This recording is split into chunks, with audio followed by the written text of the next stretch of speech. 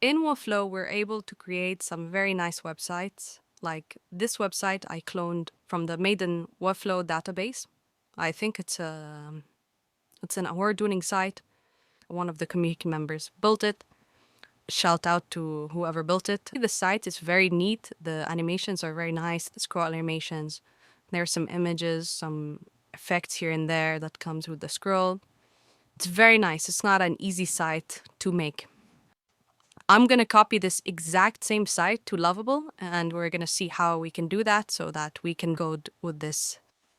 So first we have the site here. So once you have the site in Webflow, you can go on your settings and you can export code here. So we're going to export this code. Prepares a file, downloads a file, we exported the code. Now we're going to go to Lovable. And now we're going to say an app that handles food management or something like that to manage pet food. Lovable creates a project, so we'll just wait for this to finish.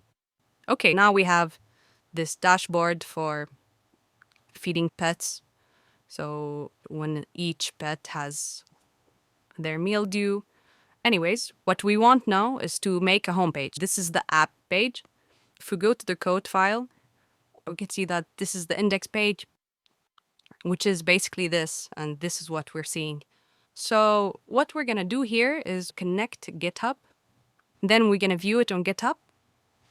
And then here is where we're going to paste in our exported code. These are the code files that we just exported from Webflow.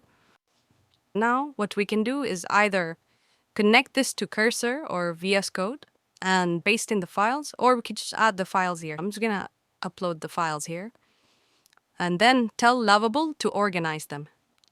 I'm just going to go to the downloads. This is the Joseph Berry site. I'll get these two files first, then upload the CSS files. And then we have the JS file, the images folder. I don't know how to get folders separately, but let's add all the files inside.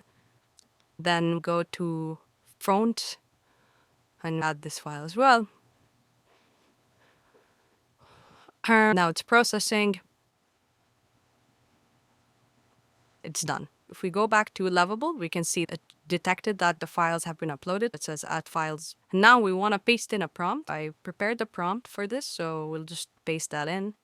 This tells it to organize these Webflow files. I'll leave this prompt in the description so you guys can check out. Once I paste in this prompt, let's get the prompt in chat mode. That's better because it can organize its thoughts before doing anything. If you go to code, you can see that the files are here, all these images and all the files. What we're going to do is organize them inside folders based on how we're going to use them specifically. You can see it's moving some files somewhere else now because this one overwrote the other one. So we're only going to have HTML, so I just want to check. Okay, if we go to the preview, if I refresh, I don't get it yet. Here we need to enter on the plan. Let's on the plan.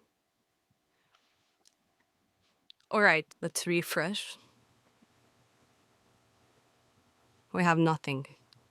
Okay, let's go back to the code and see what it did. Where's my index file? Wait, I don't have an index file. If we see here, we have the correct configuration. We have the website. What else? The images, all the animations here.